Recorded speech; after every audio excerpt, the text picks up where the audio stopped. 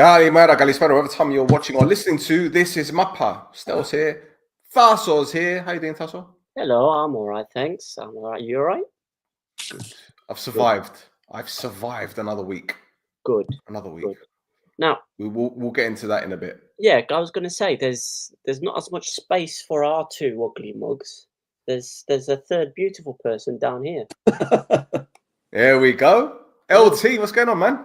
How are you, boys? Thanks for inviting me on good. this evening to this fantastic pod you've got. Obviously, I've worked with you, Stel, for many, many years.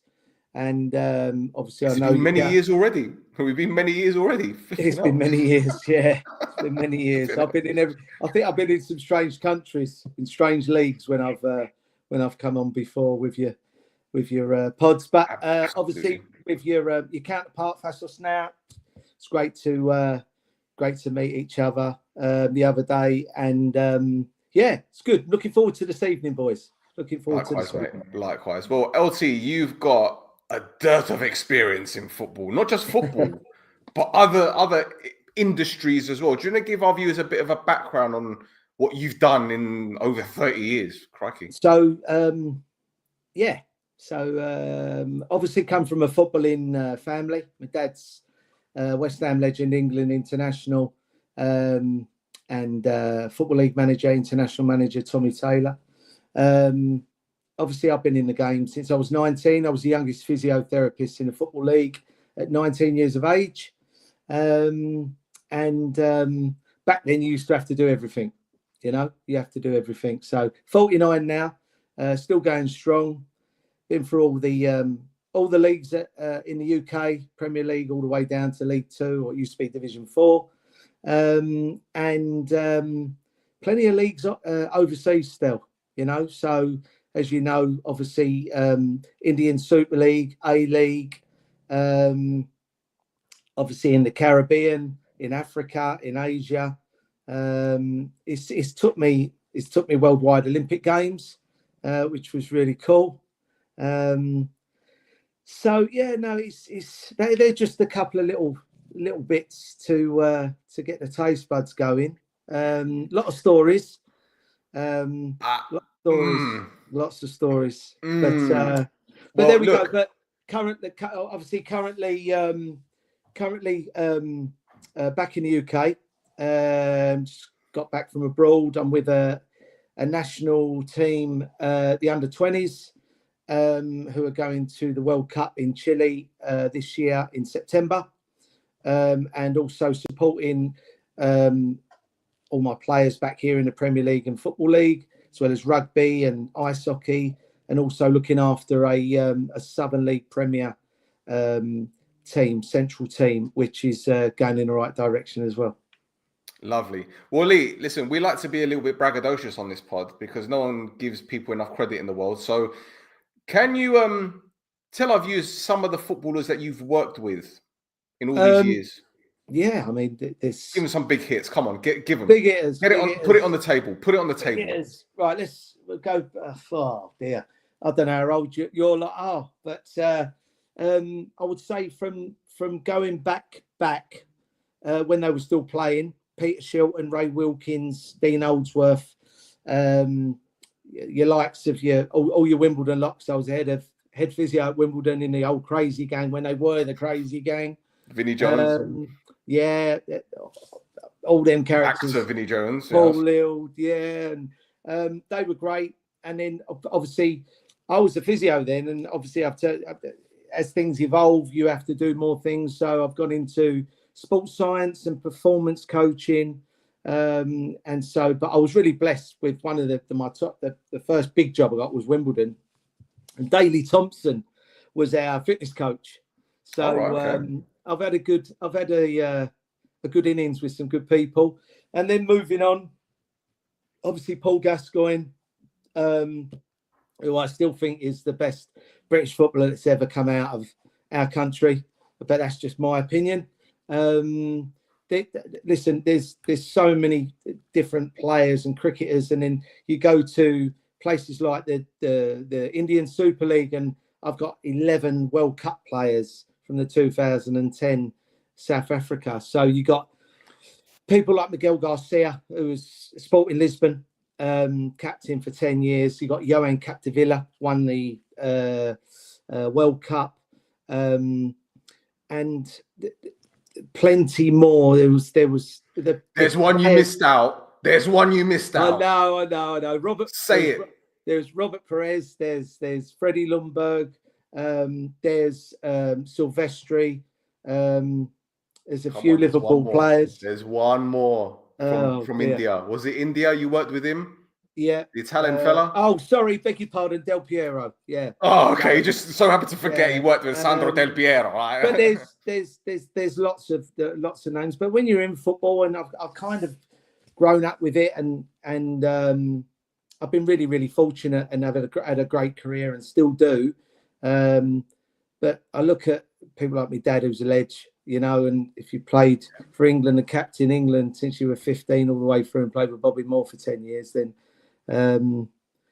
so but that's there anyway. There's plenty more, but there's plenty more. Well, there's plenty more. I'm sure we're going to hear plenty more things, because you and we're going to be working on a project very soon, aren't we? We are indeed. First of its kind, and I will say, first of its kind. I mean, we've been working on this for a good 6 to 8 months, and we want it right.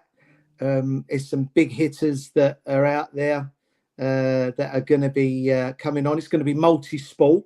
So obviously we've got the football side, which I'm connected to worldwide, but also the sports. So we have NBA, swimming, darts, any sport, any professional sport. And what the pod is about how I have kind of navigated myself through professional sport in doing what I do. I left school with no qualification, and it wasn't until I was 28 I found out like I was neurodiverse. You know, people throw that around all the time still, don't they? Do you know what I mean? So they throw it around all the time.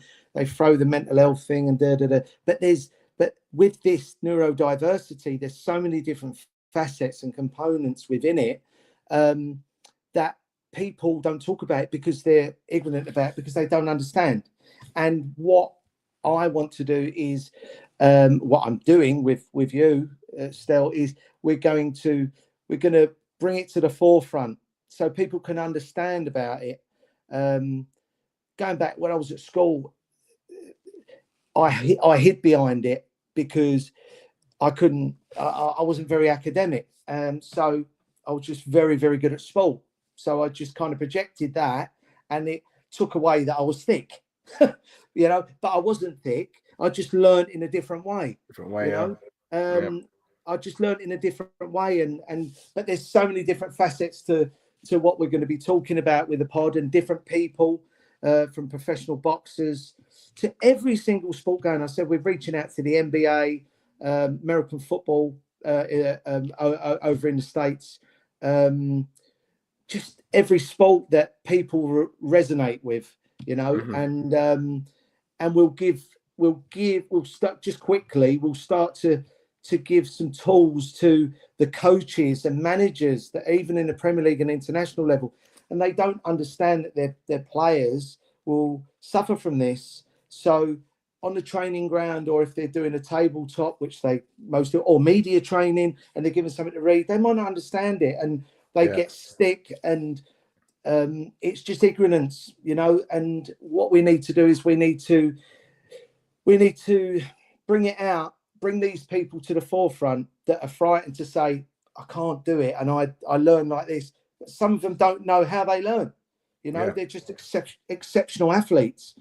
And the coaches are good coaches, but they don't know how to interact and get the best out of their players. So we wait in the media, and we wait for everything for a top player to go and do something really horrible to themselves, or you hear something bad in the media, and you think, I played with him, he's not like that. Why has that happened? So rather than being reactive, I want to start something which is proactive, and just change attitudes to change behaviour, you know. So yeah, so that's in a nutshell. That's what the new podcast is going to be about. And then in time, we want to try and forge a non-profit charity for all the sports people, a bit like Tony Adams has done with the Sporting Chance. Yeah. I want to just embrace that and give back, because no one's doing it, and coaches and managers and staff and administration staff, they need to understand what it's all about, and they need to understand how people tick and how people work and how to get that out of them.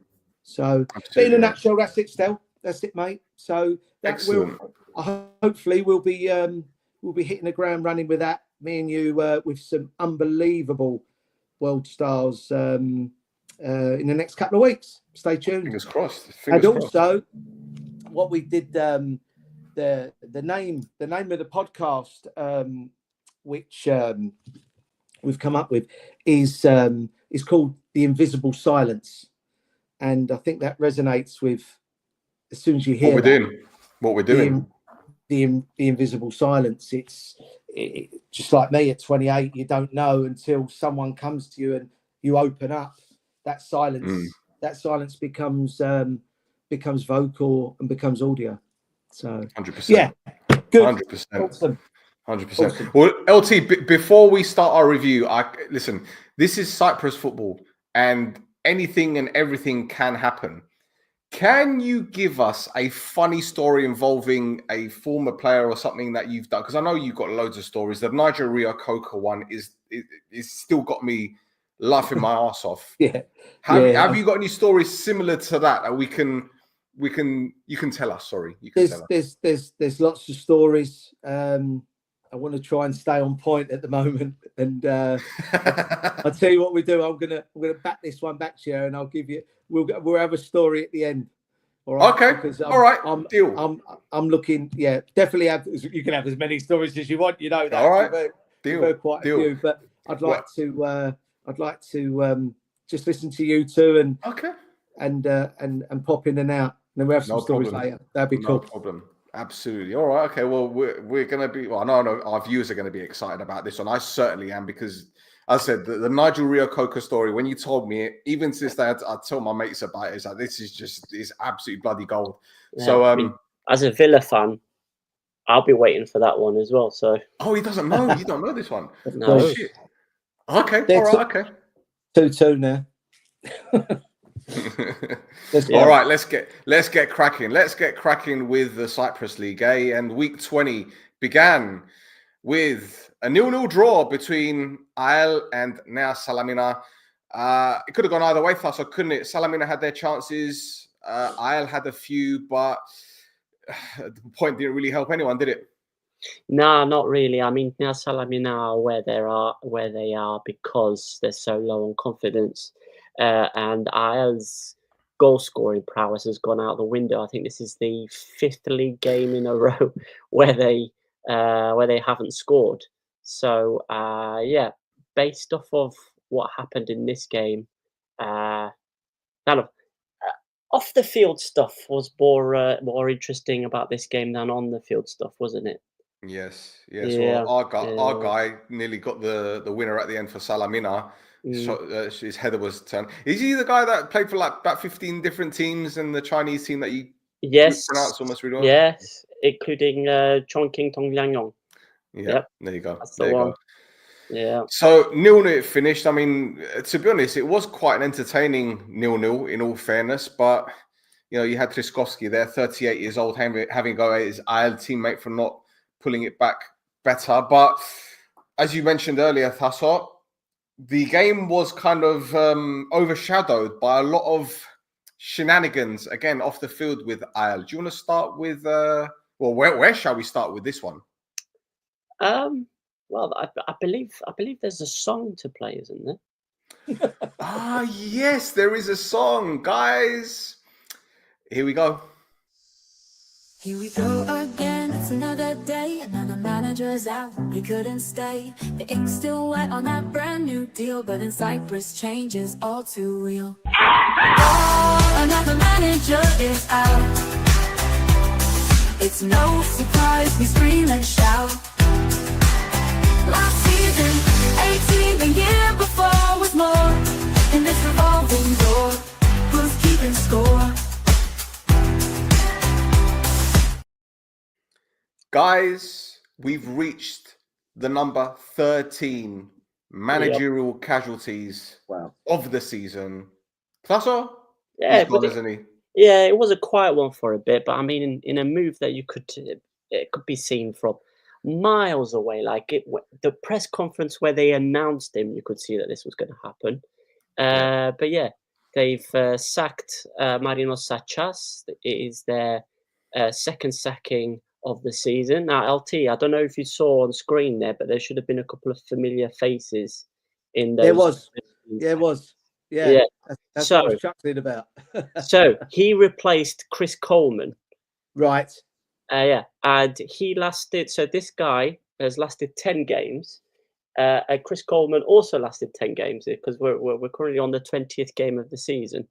So the reason why Chris Coleman got sacked was because performances and results against the smaller teams were satisfactory.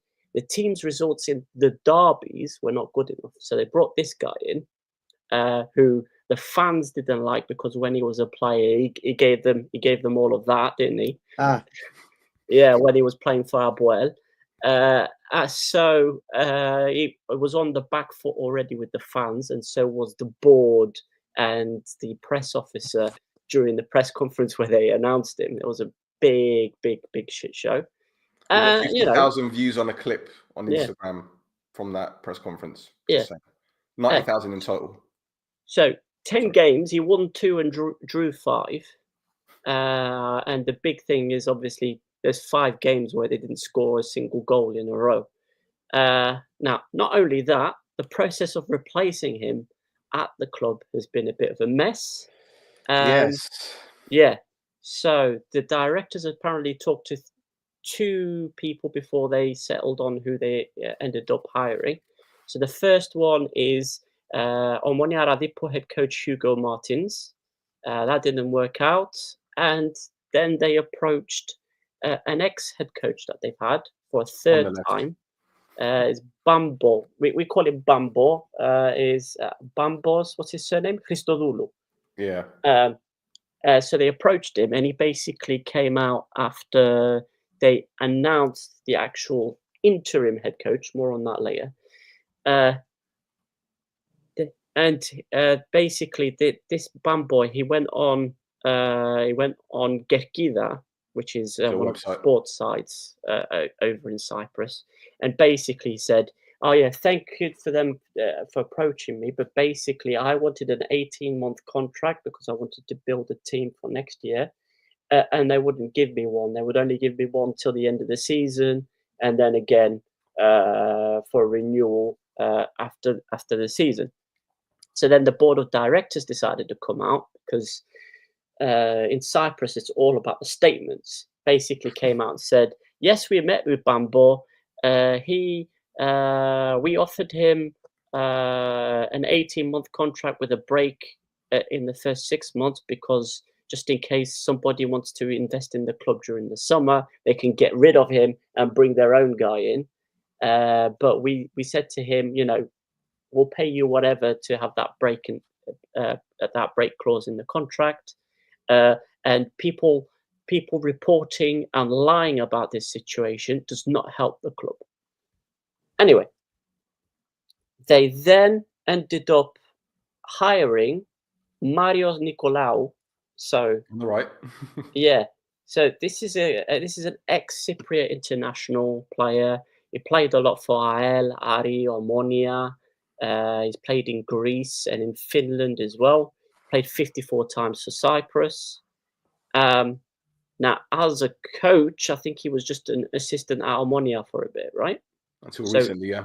Yeah, so he doesn't have much experience as a head coach. And he's an interim head coach until the end of the season.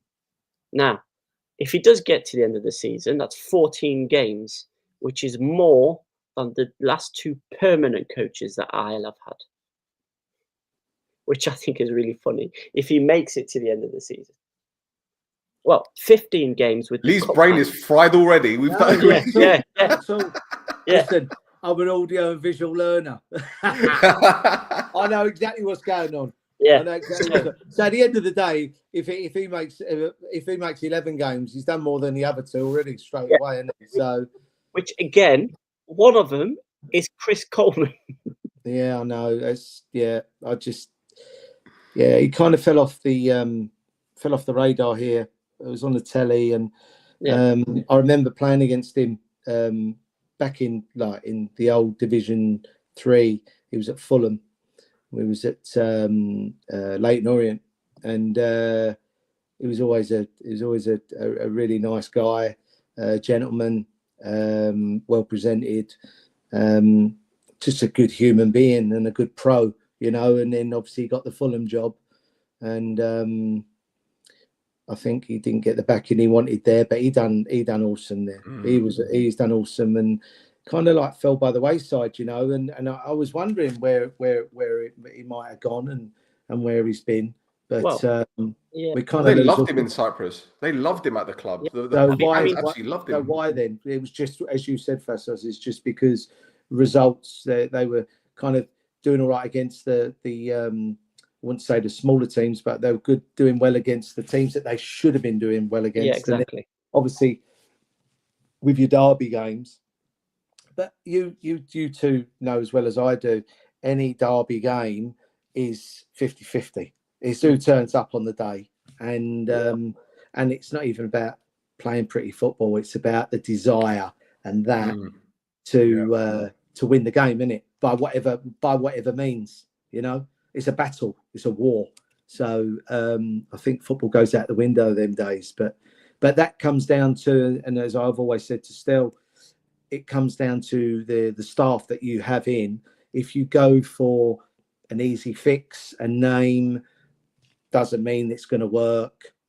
Doesn't mean nothing at all. You need someone probably that's not a name, that's got something about them, that brings a good solid staff in, professional staff that can deliver and doesn't get overcome by the player power, which is massive now. Yeah, I mean, really massive. I find it more not higher now. I find the player power more in the lower leagues, in the English tiers, purely because they've got massive egos, and the higher you go, the more respect they have for each other, and they want to do the right things. So it's all to do with people coming in, the manager coming in, bringing his right team in, but the chairman and the board have got to go, right, we want him, but we're not going to bring his team in. We're going to give you that old team, who the manager won't, probably the philosophy is different to the other team. They're still going to want to be with their mate who's gone. And then all of a sudden you got shitstorm. And then the players feed on that. The players are sheep. They don't care. Players are the most selfish people in the world. I don't care what anyone says. I've been in it too long. Players get you the sack, and it's just simple. At the end of the day, they're a commodity. They play for the club. They're the ones that are bringing the supporters in. But behind the scenes, you've got to have the right staff. And if you don't have the right staff, then the manager doesn't bring his right staff in, then the manager's up shit creek without a paddle to start with. So you need to give him an opportunity and a chance and let him embed. But at this place where you're saying, it don't sound like he even gets to shut his eyes for 5 minutes. No. I mean, a lot of the clubs in Cyprus as well, the way they work is they'll bring in a head coach, but that head coach needs to work, like you were saying, he needs to work with the other people already at the club. Doesn't work very often. That's just, it doesn't work. I've been in every league in the world. It does not work. It doesn't work. You might have one. You might, if you might see. I've just interrupted you. You might see at some Premier League clubs. You might see. Yeah, I'll tell you one. So David Moyes has gone back into Everton. Yeah, the only staff member that's left is Leighton Baines. However, he is one of Moyes' boys when he was a player there for him, you know, so that helps. But then there's other scenarios. If you go down to the National League, the League Two, you're always going to have someone that's there that's bulletproof. Yeah, that's bulletproof, Yeah. and they will never, ever, ever, ever leave. One of A the story guys as old was as at Fulham. time. Was a guy at Fulham. I'm trying to think of his name. I think it's Stuart Gray. I think that's his name. Correct me if I'm wrong. I could be totally wrong, but I've got that in my head. And he has been there donkey's years. And it doesn't matter what manager's there, I always see him on the bench, which is great because I hate people losing their job because I've been top of the league and lost my job. And then, like, a story for you. Yeah, that's my neurodiversity coming in still. I'm just going to bosh off on this story quickly. So I'm in Tenerife. Yeah, I'm in Tenerife. I'm at Luton Town Football Club in League One. Joe Kinnear's the manager. Mick Hartford's assistant manager. Brian Steen, first team coach. I'm the physio. And my daughter was about 18 months old. I'll be told it's wrong, but yeah. And I'm in the pool. We're having a little dance in the pool. Yeah, and I'm in Tenerife. Sun's coming down. I'm like Ray Winston, sexy beast, beautiful, lovely. I'm thinking I've got 2 years on my contract left. All of a sudden, the phone's ring by the pool. Must be the year 2000, 2001, or 2001, 2002 season. One of them two. Anyway, so wife comes over. She goes, phone call. It's the boss. It's Joe Kinnear. So I've gone, hello, boss. He always called me Doc. So he went, Doc. I went, yeah. He went, where are you? I said, I'm in a swimming pool at a minute in Las Americas in Tenerife. I'm not giving it the big one. I'm in the pool with my daughter in the baby pool with like a rubber ring around my head at the minute. He went, oh, lovely. You having a good time? I went, yeah, having a great time, boss. Yeah, lovely. He went, good. Well, we got the sack. So when you come back, yeah, you got to go into the ground, give your keys in, go the Oak Road entrance, don't go the other entrance. You got to ring the bell because they won't let you in, and then go and pick your gear up, whatever you got there, and drop your kit off and everything. I went, oh, all right then. Yeah, and with that, phone went down. But that was Joe to a T. You know what I mean? I thought he's a multi-millionaire. He just lives outside Barnet, you know, Totteridge, wherever it is. And yeah, so what I'm saying is, from what you're saying, with people getting the sack, it's just things happen, and it happens straight away. But it's not just the manager, but then you have people that stay there and keep their jobs for years, and you think, well, why haven't they gone? You know, so jobs for the boys. Jobs for the boys. So we've got a comment here from George. He's just verifying for you that it is Stuart Gray. Thank you, George. Top man. It's the old memory. Short-term memory is useless, right? Long-term memory, elephant. Bosh. George is in Waltham Cross, I think. George, top man. Top man, Waltham Cross. Is it Waltham Abbey? No, I'm not sure. One of the two. It's a Waltham something. The old Marriott, the old Swallow Hotel, the Marriott. There you go. Yeah. There you go. That was one of our pickups back in the day. Lovely, lovely. Well, look, just something very quickly to go with IL. Their vice president on the right, Apostles Hajiyannis, he's no longer at the club. And I found this out Sunday morning because I messaged him to see if the rumor was true, because an IL fan told me that he's gone. And I asked him, is it true that he's gone? And he replied, Kalimera, in a very sarcastic tone, as if to say, good morning, well done, duh, you didn't know. So yeah, he's gone. No announcement made. That's the second time he's left the club.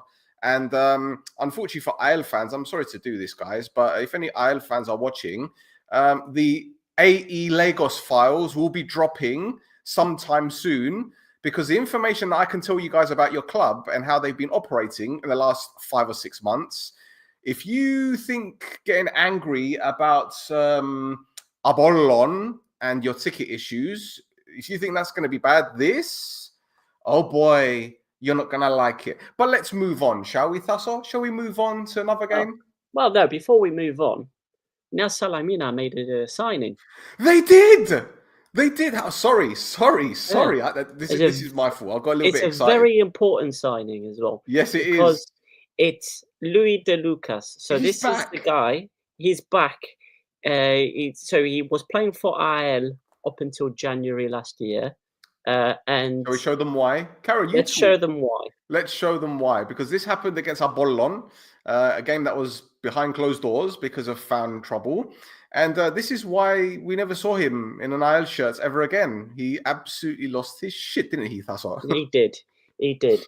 So, I mean, I'll always believe racism when somebody calls it out. And Eliel Perez, who was an Apollon player, it's not that guy. That's not him. That's no, that's Filiodis. But yeah, Eliel Perez had said something racist to Louis De Lucas at the end of the game, which made him react the way he did. And he is part of the This Is Mappa intro.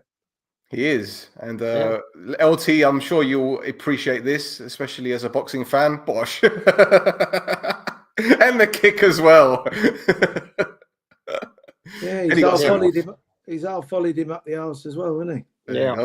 Yeah. So he 12-match ban for that. Only 12. Yeah. Whereas a right-hander and a left half volley. Yeah. But the guy who said the racist stuff got absolutely nothing, and in fact, he released a statement afterwards. I've got black friends. Well, no, well, sort of. He had one of his black friends, in inverted commas, come out and release a statement about him having black friends.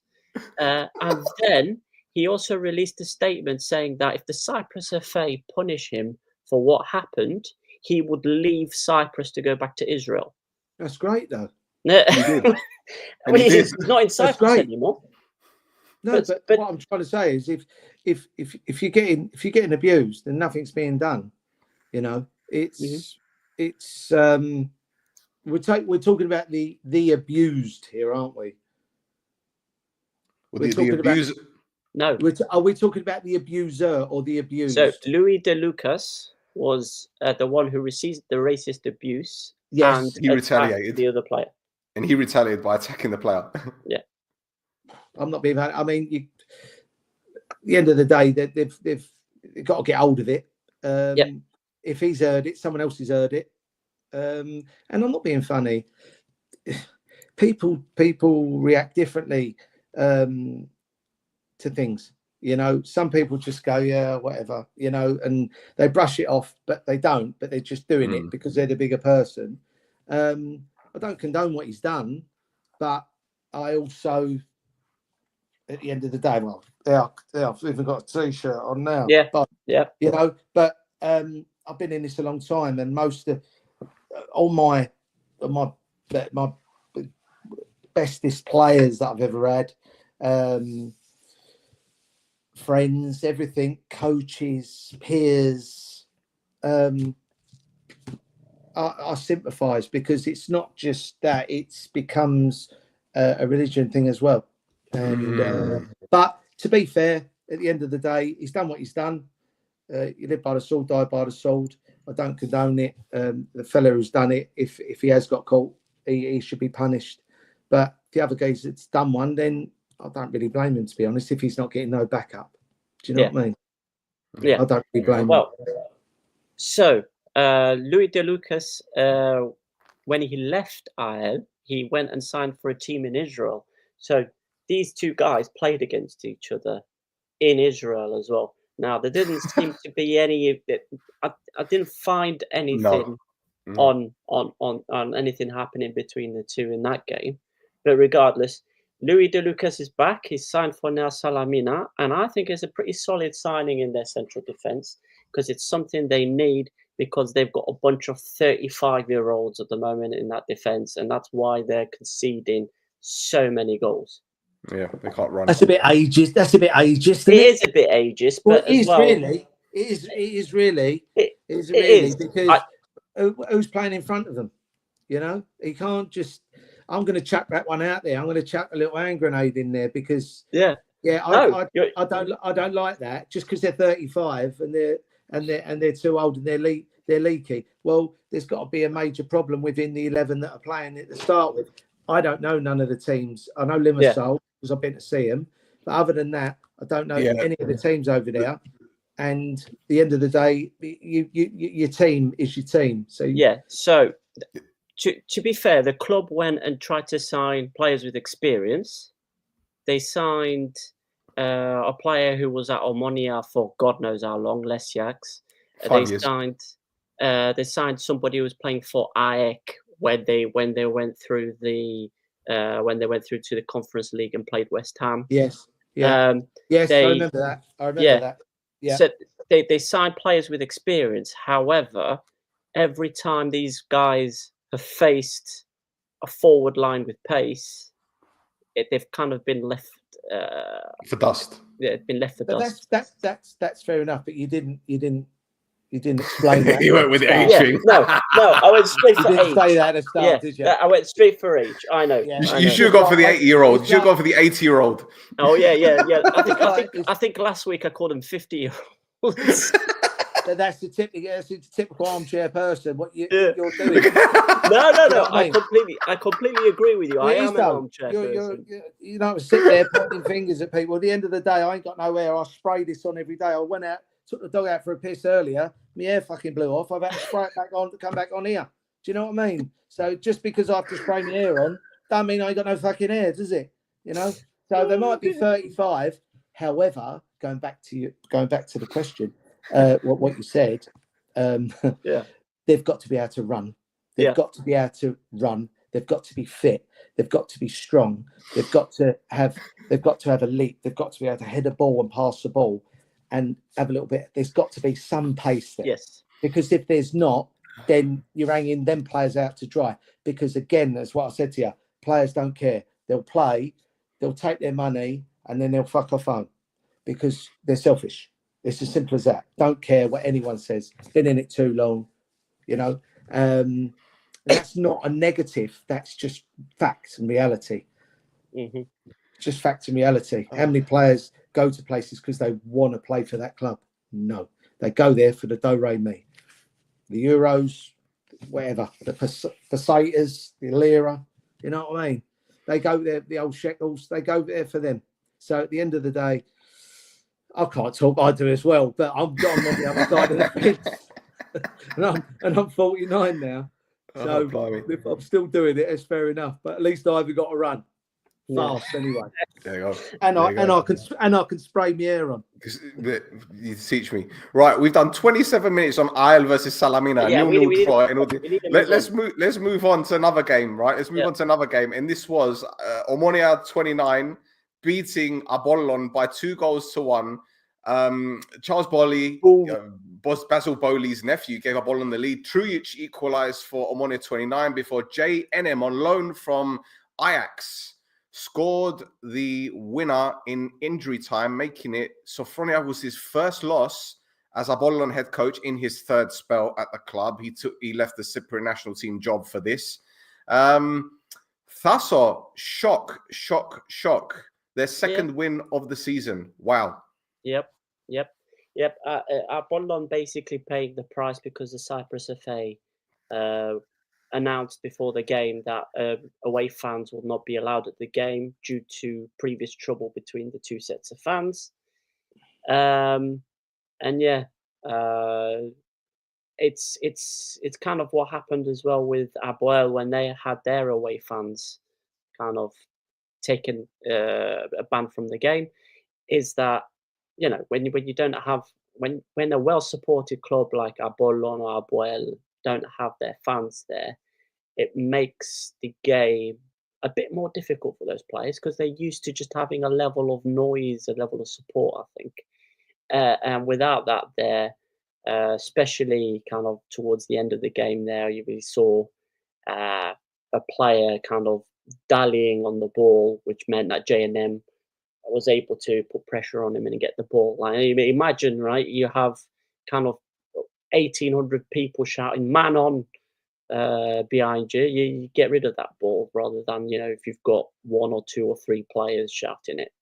So yeah, it is what it is. I refuse to call this club by its proper name. 2-1 are too furious. Get their win. Yeah, it's going to make it a bit more interesting down at the bottom there. We thought it was kind of one and done, but it's picking up pace again. Yeah, for sure. And Apollon made 2 signings, didn't they, Tasso? Yes, they did. So we've got Ali Yusuf and Tyrell Wuta. Tyrell? It was Tyrell, wasn't it? Tyrell, yeah. Yeah. So we've got a Tunisian centre forward from BK Hacken, 24-year-old, who's been at Hacken all his career so far. He's got 26 goals, 4 assists in 102 games, and he's played 5 times for Tunisia. And we've also got Tyrell Wuta. Yeah, I think he might be related to Nordin Wuta, you know. He used to play for Ajax. I think he might be related. Yeah. So, and he's coming from FC Dilogori in Georgia, 22-year-old Dutch forward who's gone through the FC Twente, Utrecht, Go Ahead Eagles and Volendam youth setups. And then he moved to the academy in Lithuania before being signed by Dilogori in January last year. And he's got 35 appearances in the era of Liga, scoring 19 and assisted in 7. And I think he was in the top 11 for that league in Georgia. Very highly rated from our mate in Georgia. He reckons that he's a player. So good luck to them. I mean, Apollon need players like those two. They've clearly been lacking in the final third. But Lee, from what you've seen in those clips, I know it's only like a minute long, not even that. What do you notice about the quality of those 2 teams? Because the team in green are at the bottom. 2 great goals. 2 great goals. First 2 goals were good goals. The last goal for the winner, was that the back 4 you was talking about? No. This is different back 4. Yeah. They're younger. Those guys, They're younger. I'd say the guy who did that is inexperienced. I think he's only 21. He's from Costa Rica. He's only played in the Costa Rican leagues before signing on loan. Centre half with the grey hair. The one with the dyed hair, he's dyed. Oh yeah. Sorry, yeah. When you said grey, I was like, you know me still. You know me. you got to learn my banter. It's terrible. But anyway, the goal with the boy that was on loan from Ajax. Great ball. Have a look at the 2 centre halves. Have a look at the defending. It's awful. It's awful. You'll see that as a pattern. That's awful. However, the first goal was a great goal. The cutback for the black kid slides it in, and then obviously the last goal, defensive mistake. So that is the trouble. The players. It's exactly the same as the franchise leagues abroad. They have players that are, say for instance, like I'll just put it this. So in the Indian Super League. You have to have 6. I think it's 5 or 6. You have to have 5 or 6 players that are nationals, and then you can play 5 foreigners. So if you sub a foreigner can go back on, or you can play 11 nationals, but you have to have a certain amount of nationals on the pitch all the time. Does that make sense? Yeah. Over there, the thing is, them levels are like. They're miles and miles away. So you've got people like Johan Capdevila playing, and another player from that national country who's absolutely fucking useless. However, he's better than what they've got. So they've got to play him, you know. So I don't know if that's the same sort of thing as the league over there. Probably not. However, it's levels, and the lower they go, they think they can play. Instead of just playing 2-touch and hitting areas like Sam Allardyce always done. All right. Sam Allardyce always done it. All right. Neil Warnock, John Beck. They hit areas, they hit long passes. Don't hit long balls, they hit long passes, good passes. They play 2-touch from the back. And then in the final third, they play. Yeah. And then that's why they were so successful, and they live off set pieces. But I find that the leagues abroad, and even to the extent over here, the lower you go down league, they all think they can play, and they're trying to play on mud baths and they can't, and then they get like the kid that nicked the ball and gone through because he was tenacious, he was young, he looked like a young African boy, and he's nicked the ball and he's gone bomb bomb bomb bomb goal. But that's what they do. They're raw. They're so raw, but they're exciting because they'll do 10 things, 9 things will be a stinker, and then on the 10th thing he'll do something like Marco van Basten has just done, and it will be a worldie. And that's what is exciting about that's the football, but it's so unpredictable. Yeah, that's for sure. That is for sure. But yeah, what I'll say is, looking out for those defensive errors, it's a pattern in Cyprus. For some reason, defensively, there's a lot of ball watching, a lot of situations where you end up with the defensive players losing the ball under pressure. Too many egos. They want 10 touches on the ball. Play 2-touch. Play to your pattern. Play 2-touch. Get the balls into areas. Get the ball wide to your fullbacks. However you're going to play, however the manager plays. But that's down to the manager. Yep. That's down to the manager. And that's, again, what I said right at the start of the show still. Player power. They allow them to do it. So that's why you need that cohesiveness of a group, as a coaching group, to go in there and hit hard. So it's not like it's a pattern. They're allowing it to happen, the coaches. They're allowing this to happen. Or are they saying carte blanche, Fassos? Are they saying just play? And then all of a sudden they're doing if you believe Stell with this specific coach, that is exactly what he says to those players. So you're going to concede then? Sorry, you're going to concede. When you see Premier League players, no disrespect, every now and then, when would you see them dilly-dallying and doing Cruyffs on their own box? No. When would you see it? No. Tell me. Exactly. You don't see it. You don't see it. If you're in trouble, it doesn't matter what stage. And play park football, you play school football, you play in the Premier League or international level. All right. At the end of the day, if you're in trouble, where do you put the ball? You stick it as far away from your goal as possible. Exactly. All right. So Thank you. And it's down. Once a player goes across that line, they've got an accountability to do and play how the team play and how the manager wants to set them up, with their pattern, all right? And but if they go on and do what they want to do, don't play them no more. Yeah. Because it's costing goals. Anyway, we're only on game 2. We better carry on. There you go. All right. Let's move on. George says those signings will see our bottle on over the line for 6th. And GK on the previous one, releasing a statement saying I have black friends is like saying vroom vroom in a car. That's scandalous, George.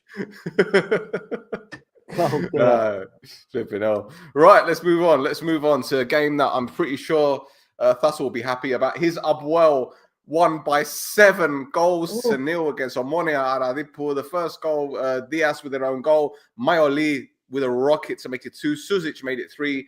Drazic from the spot 5. Donny 6 and Pizzi 7. No, is it 7? Yep. Yeah, Galanopoulos scored as well. Galanopoulos scored as well. Number 7. There you go. So yeah, that's what I'll leave this one down to you. I didn't watch this game. You thought that you guys might not get anything out of this, but you got more than that. Yeah, I mean, to tell you the truth, I thought we were going to struggle with this, and then I remembered that Omonia Aradipo have got 5 Abuel players on loan. So you're not suggesting anything untoward, weren't there? Well, no, I'm not saying that. It's like their first team was absolutely decimated because they couldn't play the Abuel players that they've got on loan. Yeah. So obviously the team Omonia Aradipo were going to struggle anyway. They were going to play very defensively as it was, but because of their first 11 being as depleted as it was, we ran riot over them.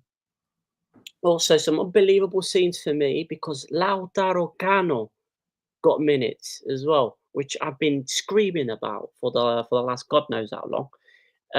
But yeah, I'm not looking too much into the win. I keep saying this, I'm waiting for these types of performances to come against the big teams. For instance, the cup match tomorrow against Buffalo. That's where we need to start seeing these players performing. There's no point getting, wiping the floor with teams that we're expecting to wipe the floor with. But again, 7 goals, none conceded. A banger from Maioli as well on his first start for the club, which makes me hope that he'll get a few more minutes as well. Try and keep Pizzi out of the team.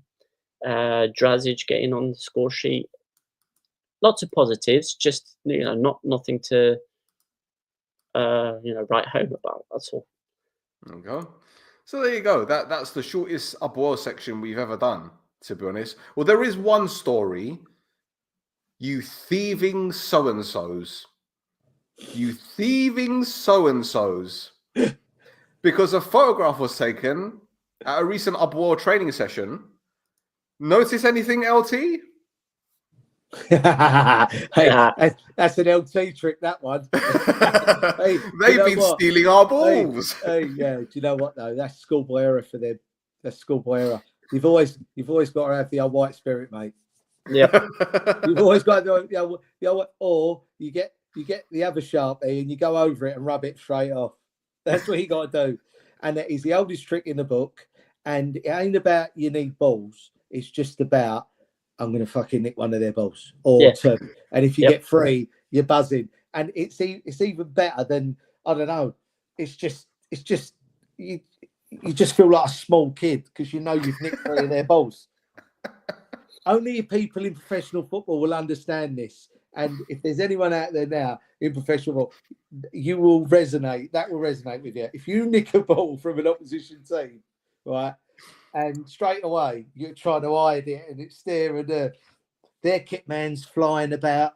You got one of our balls. I'm saying, fuck off. Do you know what I mean? And it's the best thing. You stick it straight in the skip and put all the dirty kit over it straight away. I'm sorry, I've just digressed with everything there, but that's all right. No. That's probably exactly what happened. Yeah. Yeah. Man City won 3-1, by the way. Good for them. Liverpool lost 3-2. I just thought I'd just share that with you anyway. That's all right. Yeah. Right. Let's move on because I think the next game there's a signing to talk about. There's Jorginho. Oh yeah. Sorry. My fault. Omonia Report have announced the signing of Jorginho following him leaving Torpedo Kutaisi. Like the amount of times we're mentioning Georgia in the last 2 weeks has been weird. But anyway, so we've got a Guinea-Bissau right winger who's been at Man City, Aruca, Saint-Etienne, Chavez, CSKA Sofia, Ludogorets. He went to Egypt for a team called Wadi Degla. Don't. That's not a weird name. I said it properly. Whistler Block. Yeah, you did it. That was spot on. Thank you. See, for the last 2 weeks, I've been getting so much crap from him and the listeners about the way I pronounce team names. That was fucking shocking, by the way. That was terrible. I'll get you some chopsticks next time. He did a couple Chinese teams last week, which had us laughing for about 10 minutes. Oh, rascal. Hey, to be fair, Cutie, you've done very well, mate. You've done very well. Very well. And Ordabasi in Kazakhstan. Oh, so there you go. Tremendous. Yeah. There you go. Thank you. There you go. And he played under Steve Keane at Torpedo Kutaisi. Yes. Yeah, exactly. Torpedo. What's her name? Yep. Is. Yep. Oh, just a comment. It is. Absolutely. Absolutely. All right. Well, that was like gentlemen. porn style, didn't it? Yes. Get Torpedo. It does, doesn't it? Yeah, sorry, you won't have me back on here. Sorry, it's all right. We've said worse. But this is the neurodiversity coming out of me, mate. I do apologise. No, don't be silly. It's fine. Yeah. It's fine. Everything comes in here, it comes out there straight away. Well, Lee, I'm glad someone is apologising because the next story there's going to have to be a lot of apologies and Right. you'll see in just a moment. So the next game, what's happened here? Yes, so Omonia beat Paralimni by what is going on here? What is this? Why is this coming up here? What's coming up? Yeah, but I don't know. Why is it? I thought I showed the goals. What? Sorry, I thought I had the goals here. What's going on? No one would have known nothing about it unless you said that, because it was Right. looking quite good. Okay. Sorry. I got it. I don't know what happened there. I think I got a little bit excited with the editing. So Omonia beat Paralimni by 2-0. Koulibaly scored the first. This obviously wasn't the goal. This was the build up to the goal. I fucked up with the editing. I'm sorry, my bad. I've had a nightmare week. I'm just saying. So Koulibaly gives Omonia the lead. No problem. Happy days. Fantastic. Wicked. And then Simic makes it 2-0. But that wasn't the real story of the game, was it, Thasso? Because something happened. Something happened, didn't it? Yeah. And yes. Yeah. So there was an incident in the first half while it was still 0-0, where Paralimni were defending, and a cross came in, and a Paralimni defender blocked the cross, and there was a lot of shouting from Omonia players. The referee waved play on because he didn't see a handball. Now, we've got VAR in Cyprus, and the VAR called the game back and told the referee to have a look at the situation that he said play on to. Now, it's important to note that the VAR official was Italian, yes. and the referee was Cypriot. Yeah. Just putting that there for future reference. Yes. So, the referee gets called back. He watches on the screen. He watches the whole thing happen 3 or 4 times, and the referee comes away from the situation and says it's not a penalty. Carry on with the game.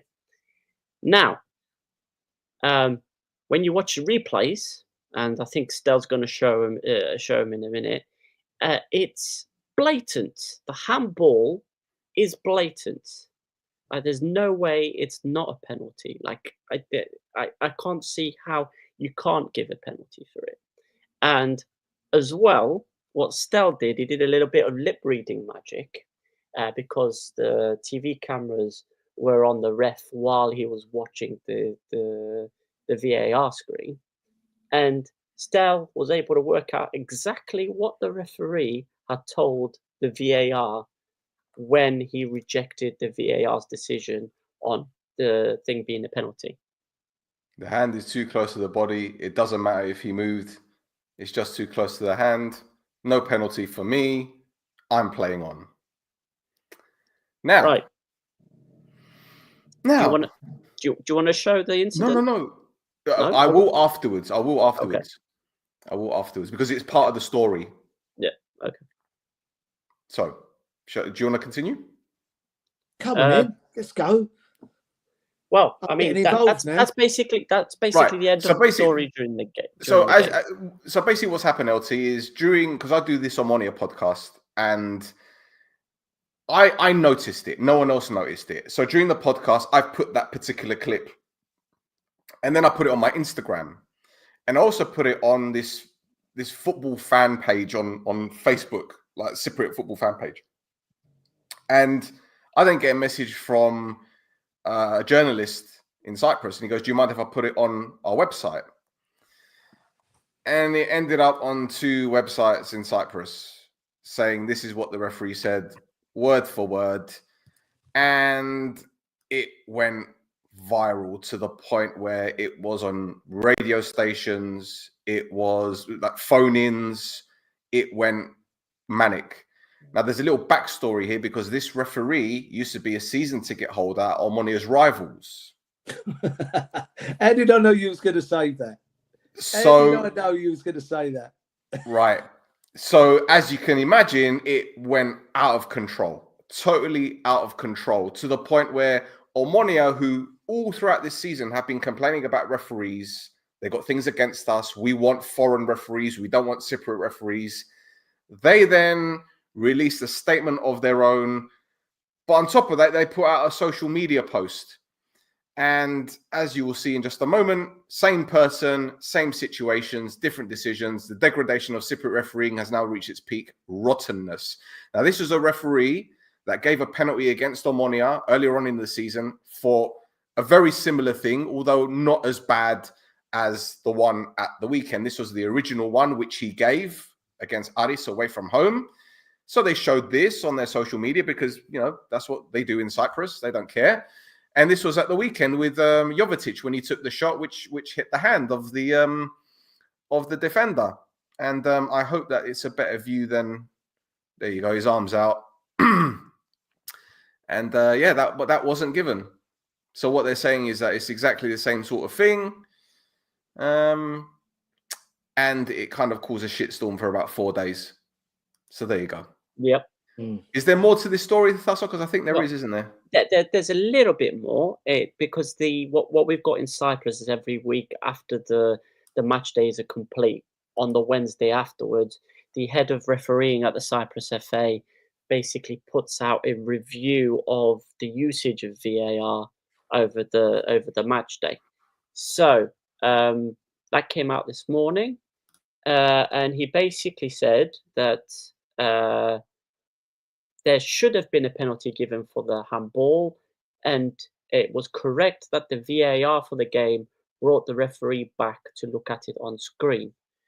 Now, what he says sometimes as well is about the decision of the referee after the situation's been reviewed on the VAR screen. So it will say, like, in this instance, the referee changed his mind correctly, or the referee did not change his mind and this was incorrect. In this instance, he didn't say that the referee was incorrect for not giving the penalty. Which, I mean, I was expecting another statement from Omonia being like, what are you doing? What are you doing? But so yeah, what did he say again? What did he say again, Stel, the referee? For crying out loud, his arm was too close to his body. I don't care if he moved, as in like he turned his body. It's just too close. And not only that, when he arrived at the excuse me, when he arrived at the VAR screen, he was already going like, no. That's before the thing, before the replays even started showing on the VAR screen.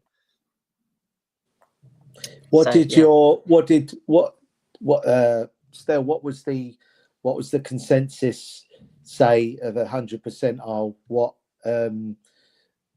you've heard so far from all the supporters in Cyprus and worldwide that support this Cypriot league? What have they? How many people have said penalty? How many have said no penalty? Nothing else. LT, I'll be honest with you. From what I've seen online, everyone says that it's a penalty, and the thing is, I think it's a penalty.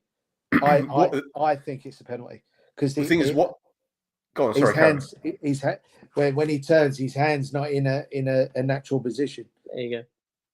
I think it's a penalty. This is it, because what they did, only from what you've shown me, as you know. I'll send you the full clip. Guys. Yeah. But what one of the websites did, they put a link to my Instagram video, so you can go straight to my profile. And 9 times out of 10 in Cyprus, I'd have got abuse from all fans from any club saying, no, it's happened. But not one person has messaged me to say anything on my life. Not one person. And the fact that, well. But yeah. And this situation here has an effect on one of the other games as well that we're going to talk about later on. Oh yes. Shall we? Actually, no. We're not going to talk about that now. We're going to talk about things that have happened at Omonia recently, because that wasn't the only thing that's been happening at Omonia this week. Honestly, it's just this club is a flipping circus. Honestly, to be honest, as an Omonia fan, it stresses me out. First of all, there was a story yesterday that a Bosnian coach called Sergej Akirovic was going to fly to Cyprus and meet up with the club and be announced as the new head coach, because we've been looking for a head coach since November. We don't have a head coach. We have an interim head coach. Well, as it turns out, he did come to Cyprus, and on his way to meet Omonia, he received a call from a club in Turkey. They offered him more money, and he went there instead. So there's that. Yeah. Normal. That's the first story. The second story pertains to Veliko Simic, the guy in the middle, one of our wingers, one of our best players this season. He is about to join Sivasspor in Turkey for around 350,000 euros. He's been a fantastic player for us this season, and practically an ever-present. And his contract runs out end of the season, so I think they're cashing in while they can. Meanwhile, we announced the signing today of Norwegian winger Mikkel Ingebrigtsen. I don't know if he's related to the former Sheffield Wednesday player, Kara Ingebrigtsen, but he's joined, and a lot of Omonia fans are pissed off because, well, he's joined on a free transfer, and his previous club was a second division club in Norway, and clearly that's not good enough for Cyprus. And also today, on the left-hand side, Omonia was supposed to sign Malmo's 20-year-old central defender, Ellison Macaulay. But I got wind earlier this afternoon that he failed his medical. So I put it out there on social media, and people were pissed off. Not at me, but just in general. And now Omonia fans are fuming because we've got rid of 2 wingers and the central defender, and with 3 players light, and the club promised us make signings when players left, and the transfer windows needed closed. So that's it. I summed it up, really. Yep, pretty much. I mean, there's one thing you didn't mention is that Loizu, somebody needs to shut his agent up, because every transfer window, he's being scouted by a, inverted commas, big team. Every transfer window, every single one. It's been for the last 3 years, continuous. So somebody needs to grab his agent and just shut up. But anyway, I'll leave that as is. LT, have you been to a club that's similar to a circus like this? Lots. Yeah, now. quite a few, mate. Quite a few. Yeah, quite a few. Everything resonates.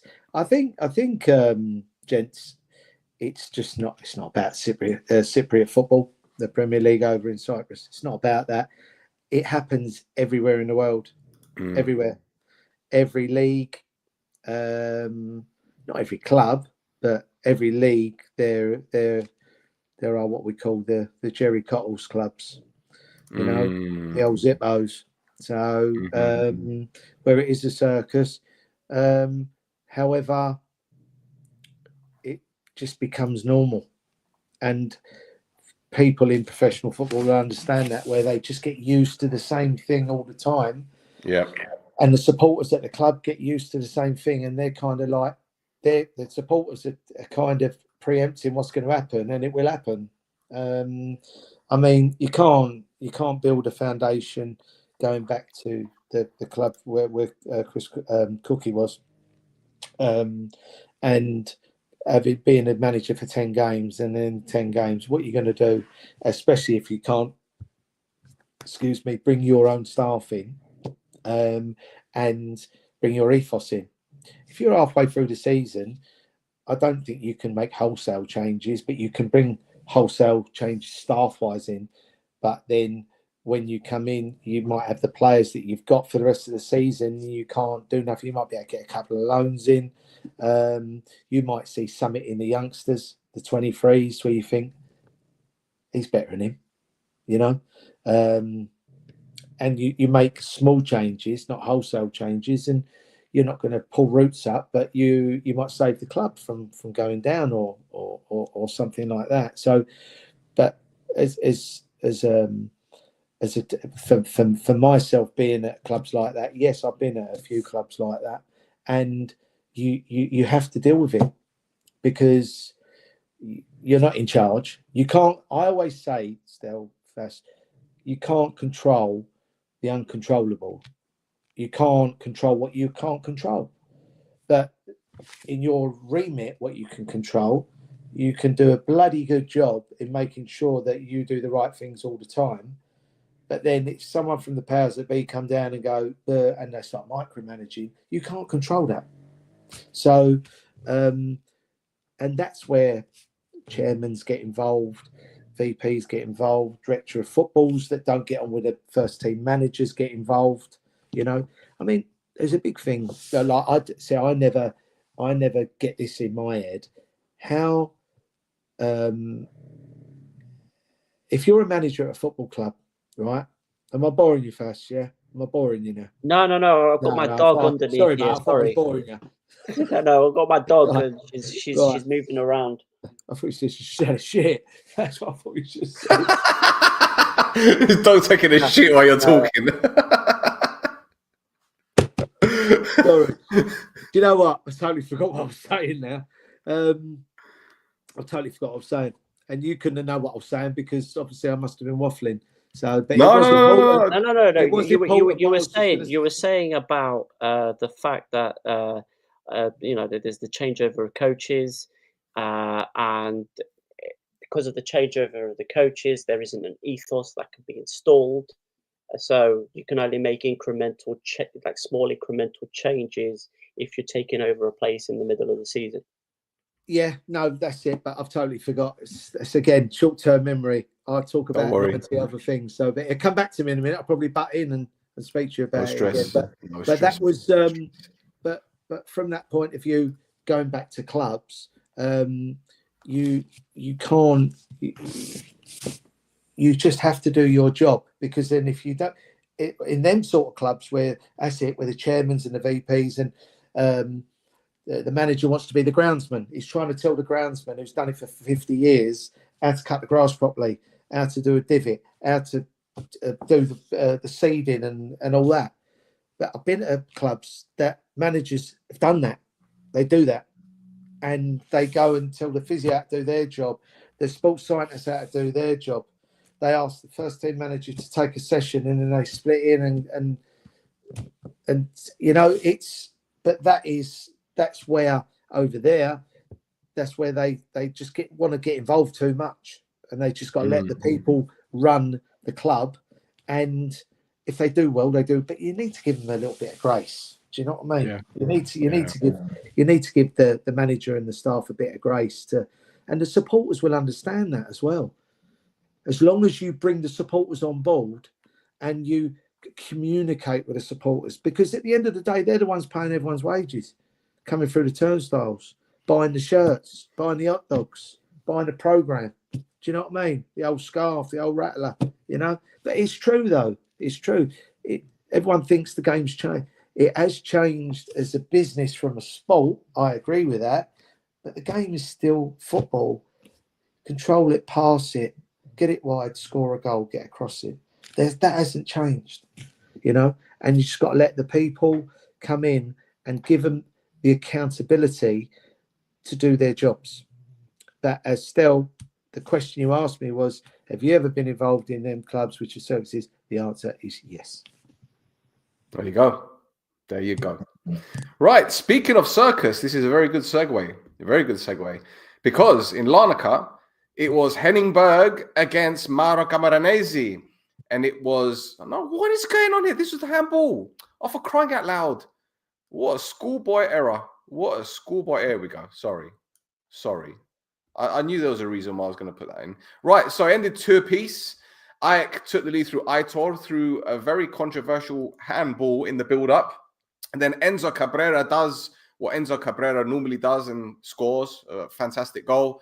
But then the Ajax capitulation started. Iliev scored a penalty with half an hour to play. And then in the 100th minute, he then equalized from the spot after Kiko was brought down. Haralambos was brought down. So a 2-2 draw, very entertaining game, Thasso. And Henningberg wasn't very happy with the refereeing decisions, although I'm not too sure. What do you make of it? I think the 2 seconds, I just got to say one thing to this. Was there VAR in this game? Yeah. Yep. Well, Yeah. how don't they pick that handball up? Well, so earlier I mentioned there was another game that was affected by the decision of the referee to not give that other handball, and that's because they had the same VAR for this game. So I'm guessing based off of the decision that the referee made in the Omonia game, he thought to not bring that situation back because it was very similar to the one in the other game. But yeah, So maybe that just stinks, doesn't it? it does. It stinks. I mean, it stinks to the point where that situation wasn't brought up as an issue by the head of the referees at the Cyprus FA when he did his report on the use of VAR. So he didn't say that situation there was an error. But they're bulk standard, basic. Yeah. I mean, you've got VAR there. Yeah. I mean, they're bulk standard, basic things that they go, that's handball. His arms, that's handball, bang, done. But The thing is, that doesn't surprise me at all. Where I've been in leagues abroad, it doesn't surprise me at all. That's all I'm going to say to you. That doesn't surprise me.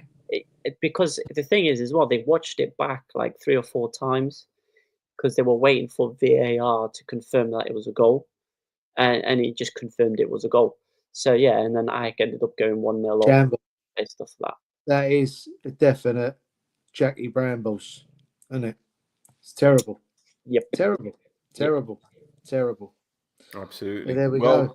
Jerry, in the after Zippos. Very good. That is a circus. Yeah. Sure. I mean, that's why the title of the pod today is what it is today, is because of those 2 specific decisions that were made. But yeah. Well, in the aftermath of the game, one of our followers, Anorthos's TV, decided to have a little bit of fun at the expense of the AK press officer Kyriakos Dimitriou, because as you remember, Tasso, the other week when Ajax had a goal disallowed for offside against Apoel, offside. He got his phone out and he showed the the VAR lines. Or our mate Anorthos's TV decided to do the same with the handball, but just kind of photoshopped it in the image. So shout out to him. That was brilliant. But there's also something else that happened that we noticed before kickoff. And that was the Anorthosi fans holding a massive Ajax banner upside down, because as you guys know, what the ultras do, they hold the banner upside down to say, we've taken your banner. This is your banner. You're not getting it back. Mm-hmm. But Thasso, what happened afterwards? So basically, this banner was one of the items that was reported stolen during a raid on the Ajax Larnaca offices. So that was one of the objects that was stolen, and there was a fire set after they stole a load of stuff from these offices that Ajax have. So because that banner was basically evidence. That banner was basically evidence for the stealing and the arson. They managed to find one of the guys who I guess he had the banner on him at the game, and they arrested him on suspicion of stealing and arson.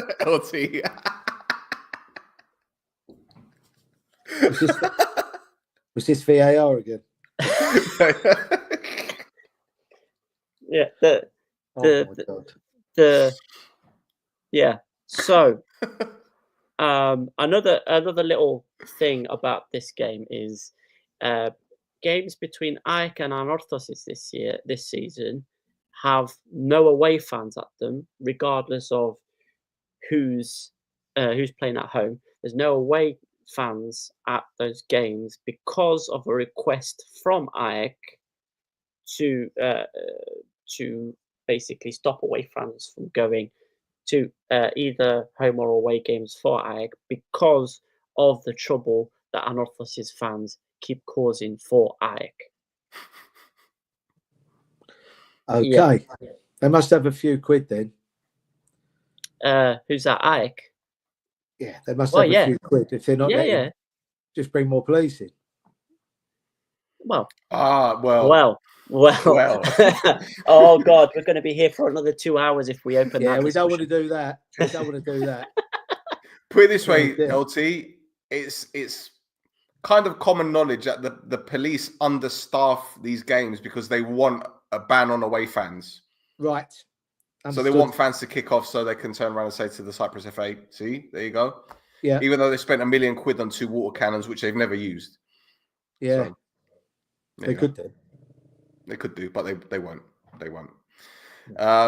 But yeah, there's a bit more news for Anorthos here, a club that is close to 13 million euros in debt. They've made back about 100, was it 800k, something along the lines, Tasso? No. So it's 250,000 euros because Portimonense in Portugal have exercised their option to buy Chico Banza. It's Chico time once again. It's Chico time. Yes. Our resident nutcase. Yeah. So this guy, Chico time. Well, Chico Banza is, but yeah, basically Portimonense have paid the 250k buyout clause on his loan so that they can sell him to Estrella for 800,000 euros. But yeah, 250,000. Basically, it's going to help Anorthos pay off Miguel Guerrero. Miguel Guerrero's wages, which he's still owed, Yeah, I think he's owed 500,000. So half of that is obviously going to help out a lot with the transfer. I wonder how much they owe Charlie Musunda still. Charlie Musunda. Bloody hell. Yeah. Bloody hell, Charlie Musunda. Yeah. Yes. But yeah, Mauro Camoranese is doing a very good job at Anorthos. Yep. Tonight's result not included. Yeah, they lost 3-1 in the cup. But listen, the team that has got a transfer embargo, financial ruin, they raised €1 million in the summer LT to save the stadium. The fans raised €1 million to save the stadium. They are fucked financially, like fucked. They've had 4 different boards in the last 9 months. Yeah. Really? Yeah. Yep. Yeah. It doesn't. I've learned a lot tonight about the Cypriot Premier League, and it's Yeah, exactly. Yeah. George says we should have been given an extra point for taking their banner. Yeah. George is spot on, mate. I mean, Maro says from Box to Estrella in 4 years. Yeah, Box, a club that is now defunct, aren't they? They've gone. No, Are they? I need to check the 3rd division. I don't think they're around. I don't think they're around. Your guy's been shredding too much paper. Sorry, too many papers. Your guy at your club. We're not going to talk about him. We've spoken about him enough. I'll tell LT later. Anyway, next game. Let's get this over and done with, because Aris went a goal down against Ethnigo, and then they took it personal. They scored 6 after that. Gaustad equalised, and the Regans goals. Strutsky made it 2 with a rocket. Yannick Gomis 3, Bengtson 4, Jayden Montnor 5, who has been linked with Derby, and Kvili Daya, Thasso's best mate, made it 6. The former champions aren't messing around. They're not messing around at all. And I think Connor Goldson will be very happy his team scored 6 after going a goal behind. Thasso, I like David Badia. We like David Badia. And it's a shame to see his team get walloped like that, because they've been brilliant, Ethnigo, this season. They have. Despite the scoreline.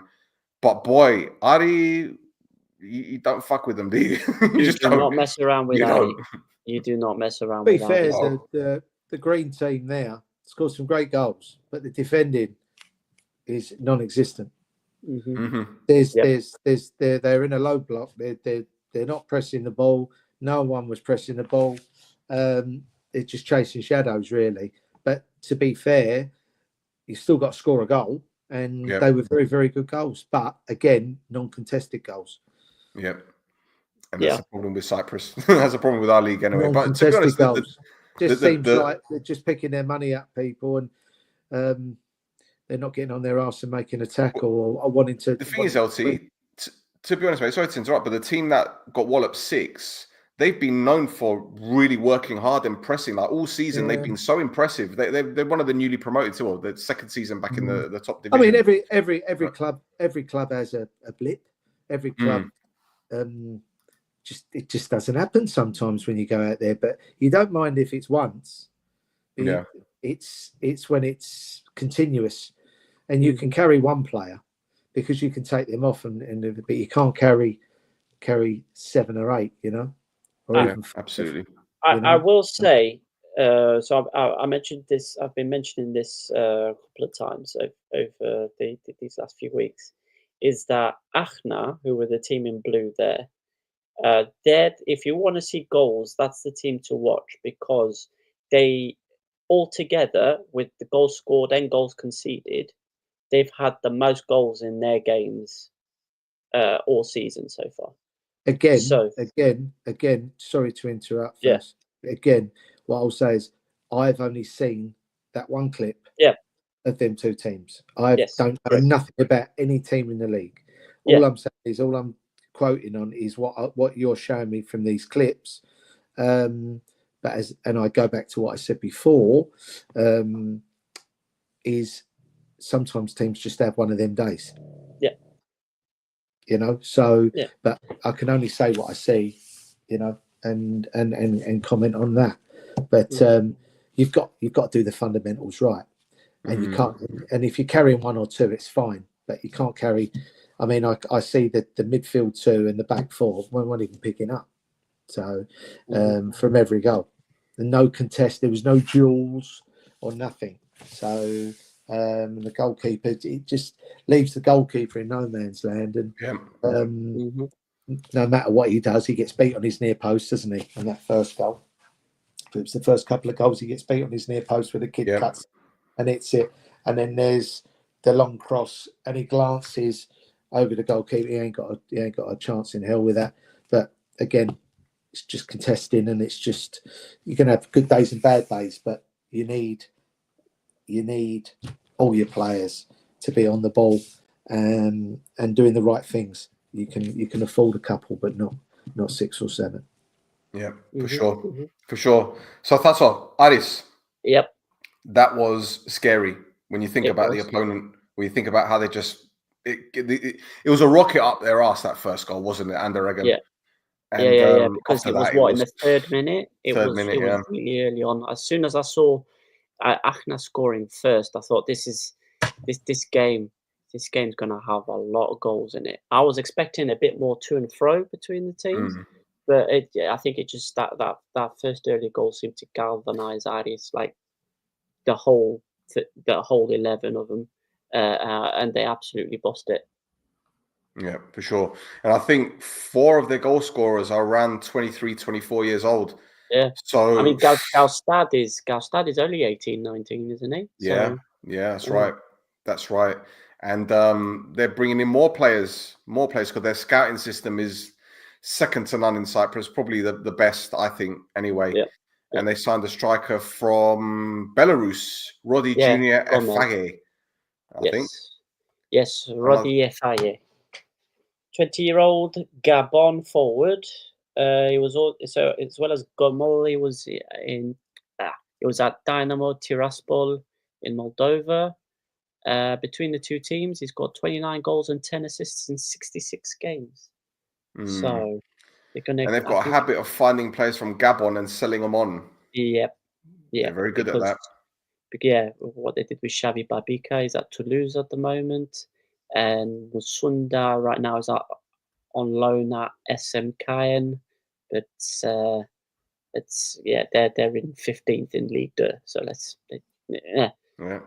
Well, look, it just goes to show, as I keep on saying, when you have a structure and you're doing things right from top to bottom, from your sporting director to your scouting team, to your physios, to your head coach, to your everything, it's going to click into gear. And especially in a league like this, it helps that they got their bankrolled by a bajillionaire, but you still need to get the fundamentals right. And, you know, people say, oh, they spent money left, right, and center, but have they really spent bags of money? Have they really spent bags of money when you think about the players that they brought in and the money that they spent on some of them? Like, When they bought Babika, he was 20 grand. They sold him for 2 million. Yep. It's crazy. Yep. But I think there is people thinking more like the salaries they're paying out. So, for instance, Georgie Kvilidaya, he's on quite a high salary. Connor Goldson will probably be on quite a high salary for Cyprus. So it's down to the club, though. They're spending the money, but I think they're spending the money wisely. It's down to the club, and what they want to spend, and it's down to the staff. The thing that I forgot that I've just remembered was, if you go to a football club, again, I'm going to go back to the cookie thing. If you go back and you go into a football club, and this is what I can't get my head around. And Stel, you're the director of football. I don't know you, all right? First, you're the CEO. You bring me in as the head coach. You don't let me bring in my team, but you're not allowing me. You're saying to me, you're saying to me, I've got to play 4-3-3, yeah, from the sporting director, just say, and from the chairman, CEO, and I'm not allowed to bring any players in, and only Stel's allowed to bring the players in, who I don't want in my system, right, to play. Talk to me about that. And it happens all the time. It happens all the time, and the manager is set up to fail straight away. It happens all the time. I'll tell you things that just happen normally in football clubs. This happens all the time. It's just an accident waiting to happen all the time. Lee, it's no coincidence in our league that the top 3 teams at the moment, they don't have that stupidness about them. The manager comes in, he's got to have accountability still. Yep. The manager comes in, he brings his own staff in, right? So I go to you, I'll go first. Right, you're bringing me in, I'm bringing my own physio in, strength conditioning coach in, nutritionist in, assistant, first team coach, goalkeeping coach, right? And I'm bringing my kit man in because I don't trust anyone, right? I'm bringing them in. Then I'll go, I'm going to play this system or this system, and then I want these players. Now, if I fail, sack me. But every big manager that goes into a normal club takes their own people, plays their own system, normally knows the sporting director, and tells him what players he wants, so he goes and gets them. Other players, as you said, the circus clubs, it's normal. That don't happen. So if you got accountability and you're not doing well, you deserve to be sacked, because it's a results business, and you need to win for the supporters, because the supporters are the bread and butter. They're the one that pays for everything. Obviously the board, they put the money in and everything, but I'm just saying, you go and play a game of football and there's no supporters there, it's so destroying for players. But you need to have the accountability again as the manager and have all your bits in, so you can do the best for the players, and the players will see that. The players ain't stupid. They're not stupid.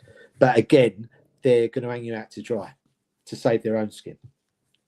Because I've been there, I've seen it, and it happens all the time. So, yeah, digressing there. Sorry, I just had it. No. No. You again, your segue skills are incredible, because the next game involves 2 clubs that has had several head coaches over the last few years. In fact, one club had 7 head coaches a couple of years ago, and that's Karmiodosa. They lost to Buffalo by 2-0. Buffalo, whose owner is Roman Dubov. I'm sure you've heard of him, LT, former Portsmouth. Yeah. Yes. They got Carcedo as a head coach, who was Unai Emery's assistant for a while. They beat Karmiodosa by 2-0. Delmiro was sent off for this challenge, which I can see why, because his left foot absolutely... That's a red card. Yeah. Very, very high boots. And Bruno Felipe is kind of lucky. His right knee is still there. Jaja scored the opener with an absolute beaut. This guy is going on to big things, mark my words, because he's ridiculous. He's absolutely flipping ridiculous. And then Anderson Silva made it 2-0. easy work for Buffon, but Garmiodissa, they can hold their heads up high, I guess, because you know they've only had two head coaches, three this season, three. They had Sofroni, and then he went to the Cypriot national team, and then Apollon. Camoranesi Yeah, came for a cup of coffee. Yeah, he managed 2 games, and then left for reasons.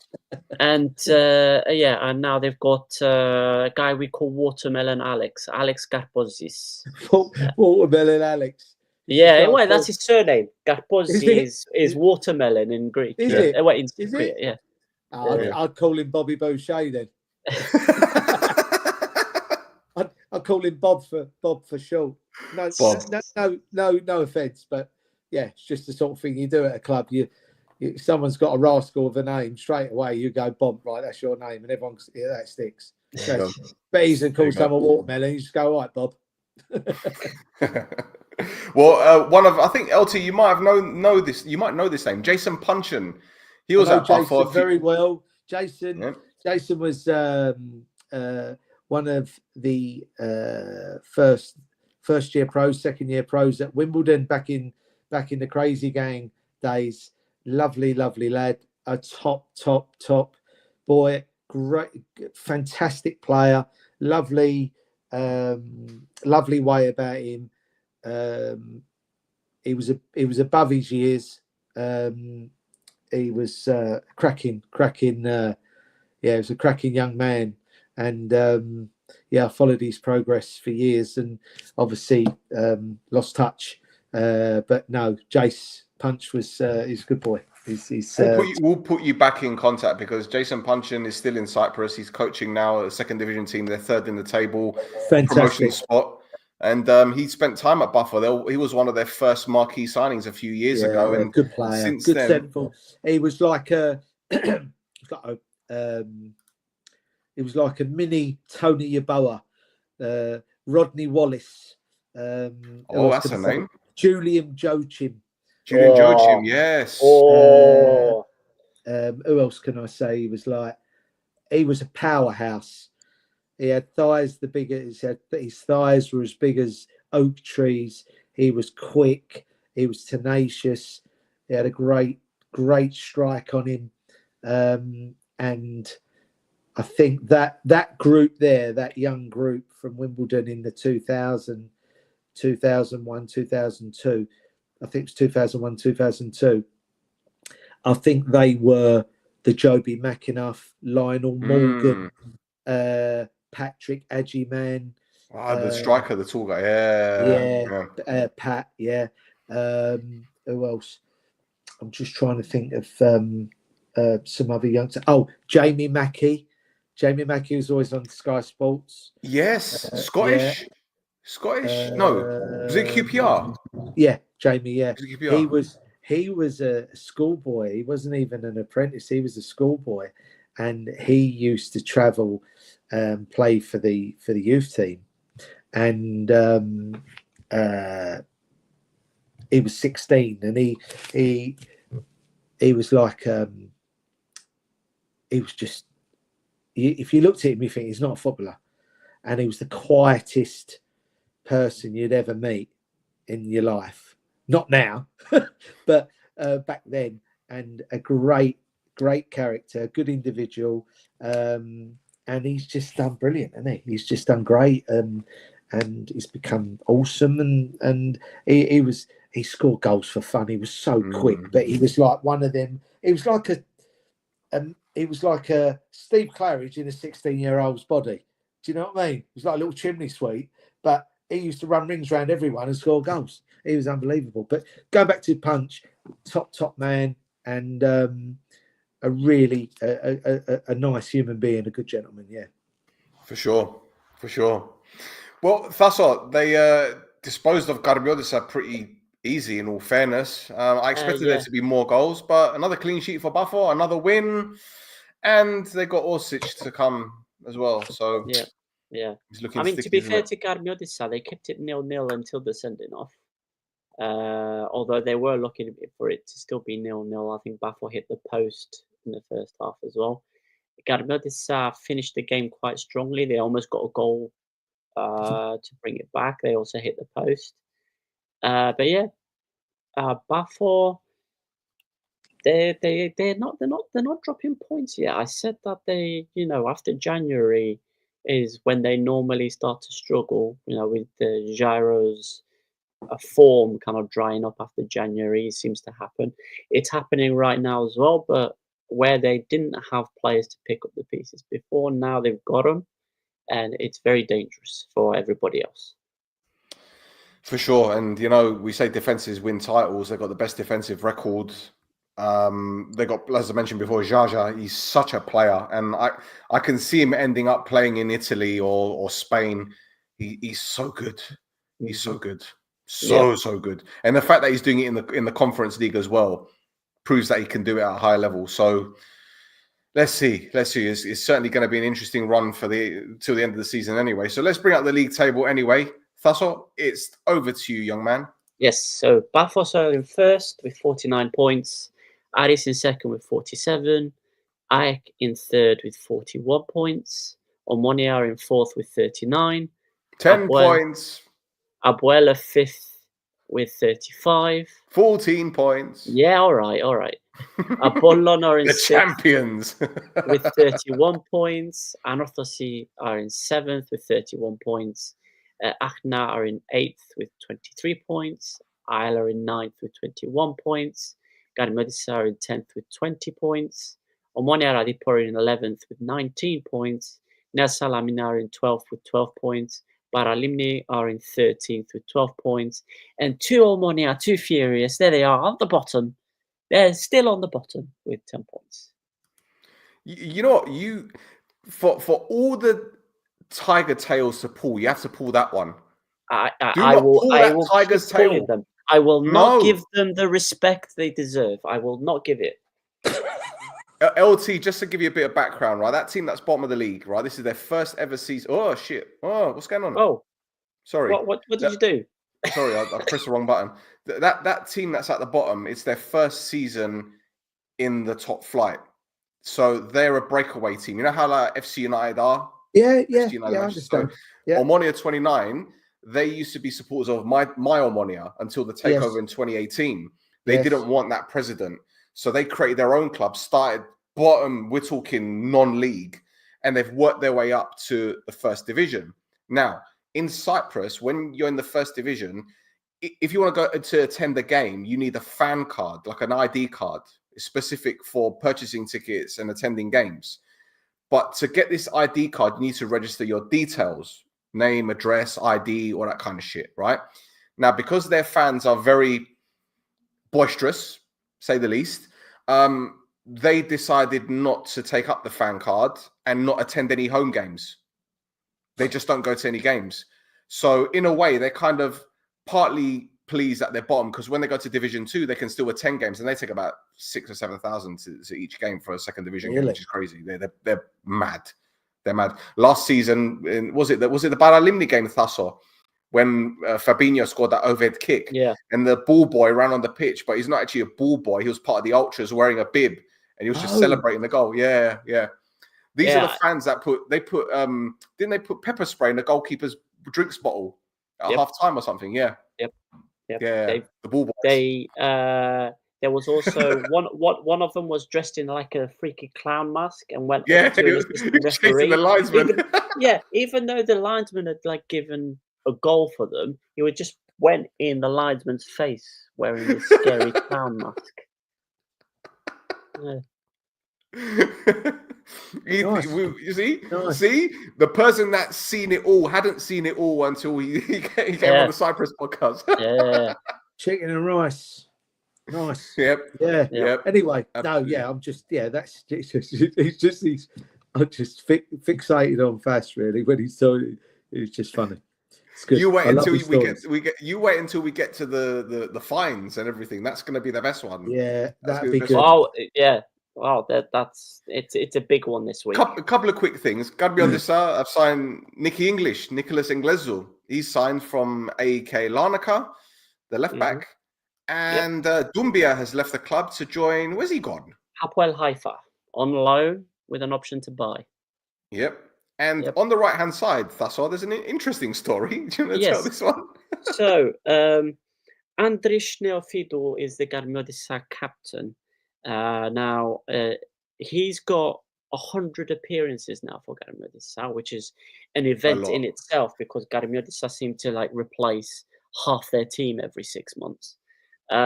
So he got 100 appearances for the team, and as a thank you, he got. So they printed out this big check, and it said €1,000 on it from the sponsors. But in fact, what it is they gave him €1,000 discount on products and services from the sponsor, and their products and services are solar panels.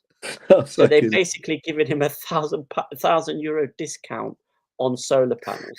So they're giving fuck all, really, aren't they? Yeah, for his 100th appearance. Because if the solar panels are going to cost 10 grand, yeah, they're going to charge him 11 grand, aren't they? He's probably got them already, though. He's probably got them already. Everybody in Cyprus has got solar panels anyway. I don't know. I'm always on the beach with a bottle of that beer in my hand. Well, I mean, for the same reason Looking you're up at always the on the stars. beach, all the houses over there have got solar panels to heat the water. I know, I understand that. Yeah. Well, LT, that cold bottle of beer you got came from a fridge which was powered with a solar panel. Yeah, there you go. Correct. Yeah,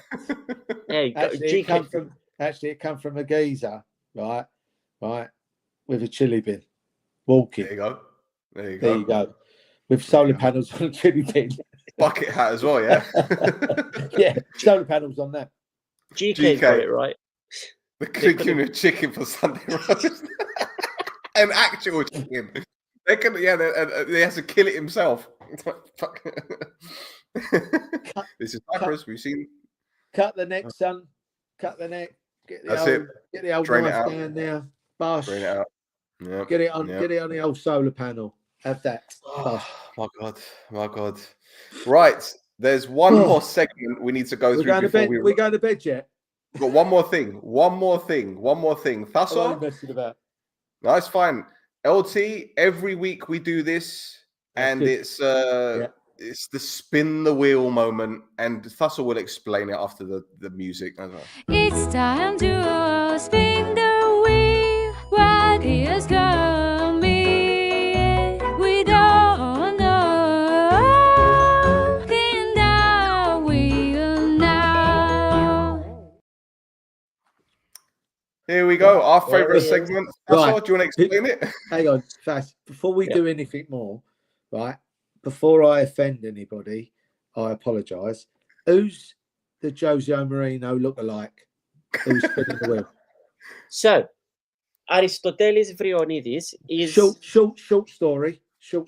Yeah. Yeah.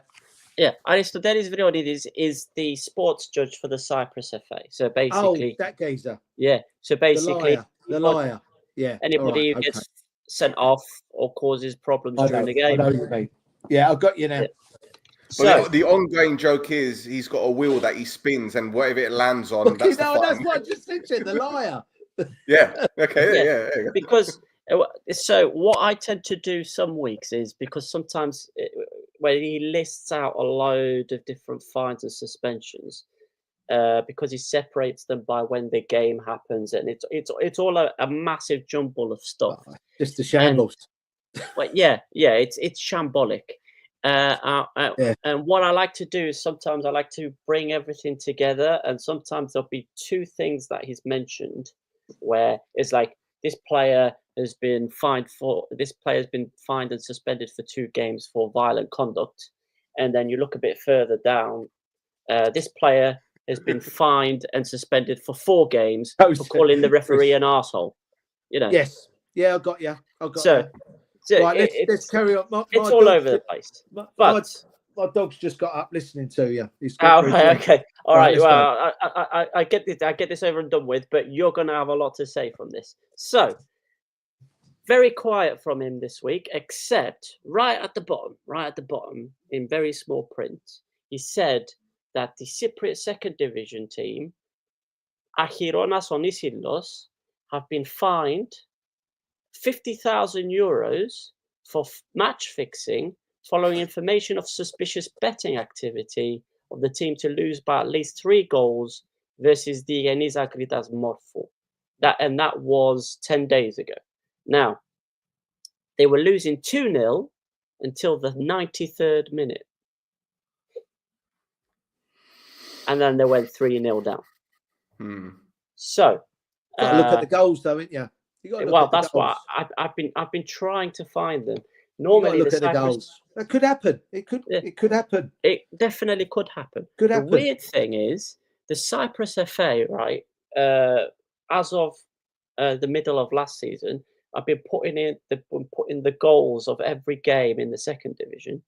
You know, the screen quality is not great. It doesn't look because, yeah, it doesn't look great.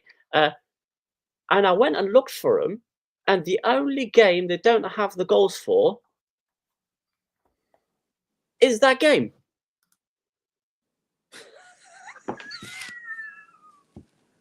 This is brilliant. This program is the best program I've ever been on in my life. This is unbelievable. The things you're coming out with. Are you honestly? That's the only game that they don't have the goals for. They've That's got all the goals for everything else. But I bet you could find them because you're like Stato. I will try. I mean, this is kind of breaking news as of 4 or 5 hours ago, so I haven't been able to. Next week, exactly. That's the update. Exactly. The update next week. That'd be exactly. Because don't worry, I'm coming back, people. Don't worry. I tried to find a response from the club itself, but they haven't been. They haven't released a response. This is Cyprus, yet. mate. This is Cyprus. I know, Chris. Chris is yeah. It's sorry to interrupt you first, but yeah, No, Chris, no. Going out to Chris. I know, mate. I know what you're saying, but Cyprus ain't on its own with this sort of thing, mate. With it happens worldwide in all the leagues, and yeah, I feel your pain, mate. But yeah, that's a bit weird, isn't it? It gives us content. It gives us content. Oh, it's unbelievable. It's unbelievable. It's and I'm not being ambiguously rude about it. And I think it's just wow. It's one of them. Sometimes I think you're going to say, "Oh, we're having a wind up," but it's not. But we could say that about the leagues in Asia. I could tell you about them and some stories. But if I do, I'll probably yeah. But other than that, sorry, fast carry on. No. I was going to say there is an account on X called Match Fixing News. That they kind of they kind of do a little. I'll send you a link to it. They kind of do updates on who's getting caught doing what, and it's mostly there's a lot of Southeast Asian teams and a lot of. What did I just say to you? What did I just say? Exactly. Yeah. But yeah, this is a big one. The Cyprus FA has some rules in place for match fixing. So the first time is a €50,000 fine. The second time is another €50,000 fine, and some like fan bans. Third time's a €50,000 fine, and then you start losing points. And then by the 5th time, they kick you out of the league. They give you like 4 chances before they actually punish you. Yeah. But to be fair, €50,000 for a team in the second division could wipe their team out. So, of course it could, yeah, absolutely. Yeah. Depends if they're making money from the bets. Well, depends how much money they're making from the bets. Depends on the Asian market. There you go. Yeah, I suppose it depends on how many people they got on mopeds. Yep. Going out, spreading the love. There you go. On a Thursday or Friday night. Right, match fixing news, sport against match fixing, fixed match awareness. Which one is it? Oh, I'll look for it now. I'll tell you.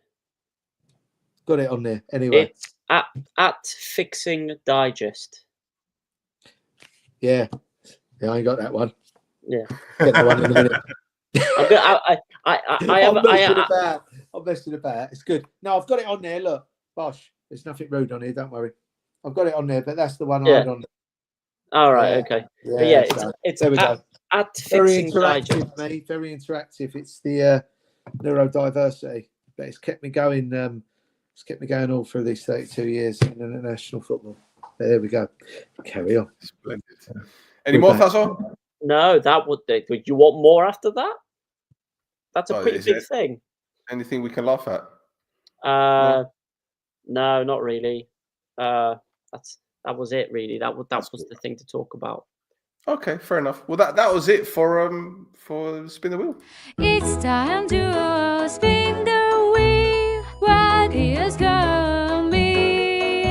We don't know. Spin the wheel now. Right, boys and girls, that is it for This Is Mappa. Before we go, LT, we need that story. We need the story.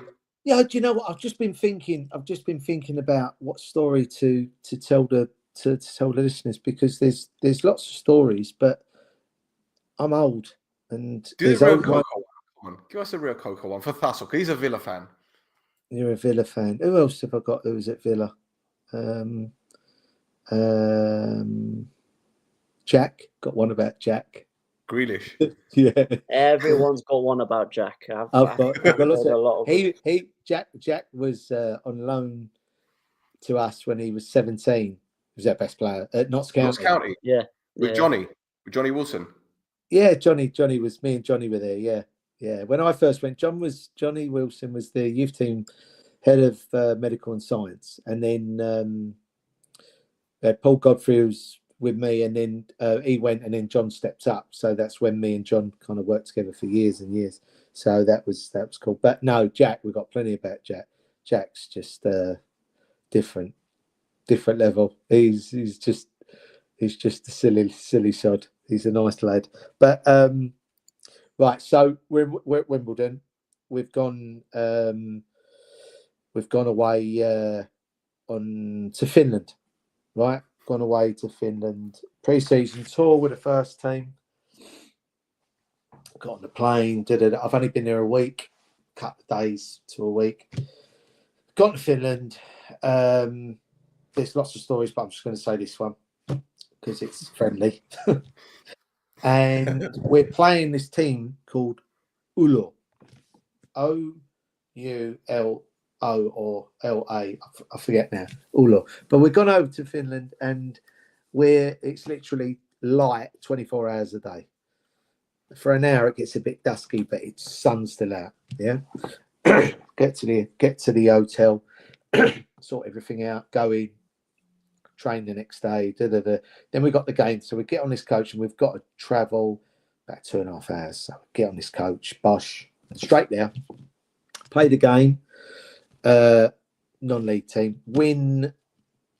I don't know, 5-6-1, something like that. I know they scored. Get back on the coach.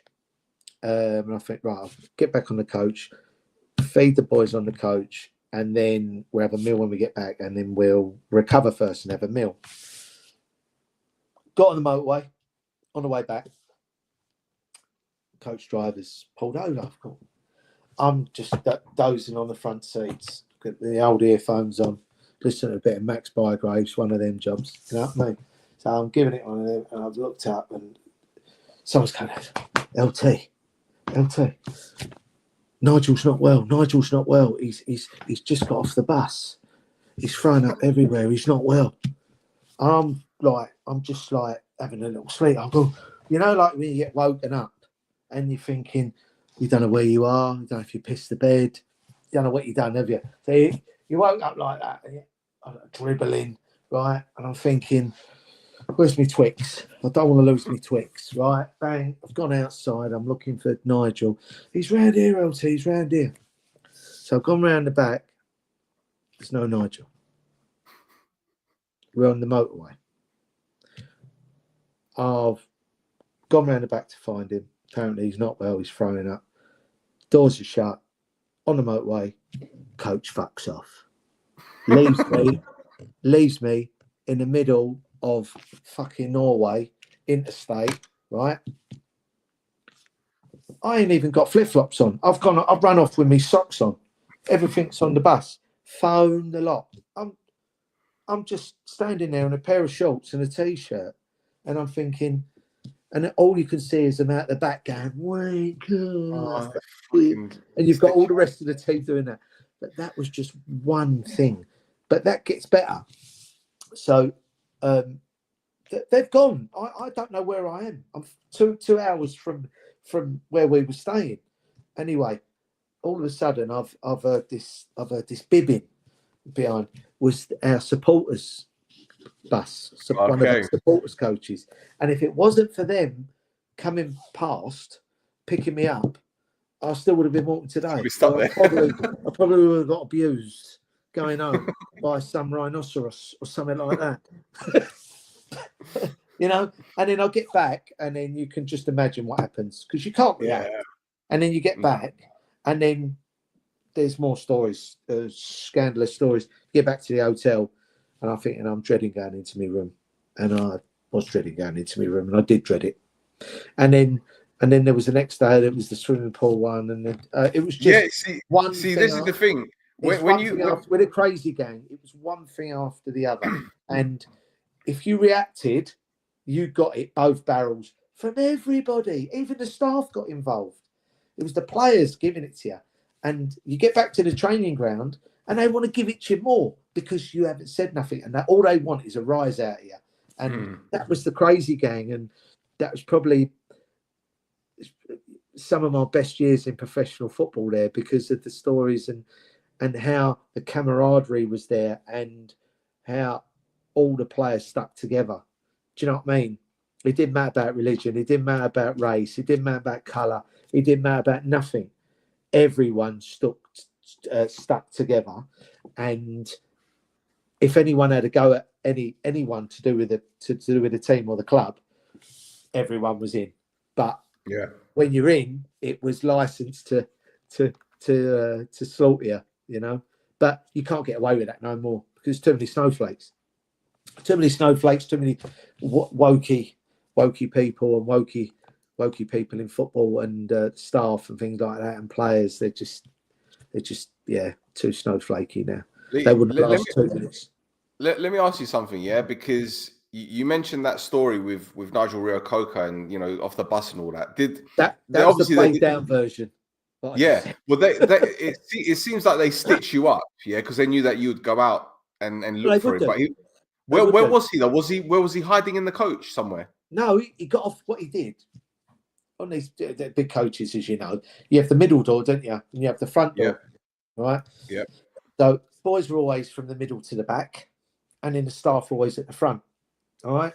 So I'm always at the front. I get a bit coach sick and all that. Like, I can't sit on them table things. I like having the first two chairs and looking forward out the window.